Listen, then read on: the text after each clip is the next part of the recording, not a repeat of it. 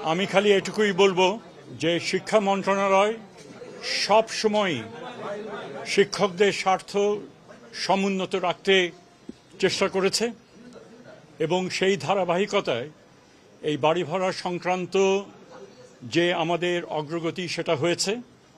আমরা মনে করি যে শিক্ষক সমাজের অনেক বেশি পাওয়া দরকার, কিন্তু বর্তমান সীমাবদ্ধতার কারণে যে সিদ্ধান্ত হয়েছে অর্থ মন্ত্রণালয় তারা বরাদ্দ সেটা করেছেন, সেখানে আমাদের দিক থেকে আমরা চেষ্টা করেছি যথেষ্ট।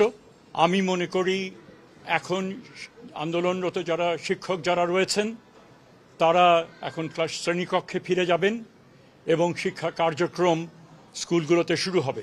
অনেক জায়গাতেই চলছে, যে সমস্ত জায়গায় ব্যাহত হচ্ছে আমরা আশা করি দায়িত্বশীলতার সাথে শিক্ষক সমাজ আমরা যতটুকু করেছি সেটাকে গ্রহণ করে তারা যেন ফিরে যান এবং ক্লাস তারা শুরু করেন, এই আবেদন আমি তাদের কাছে রাখছি।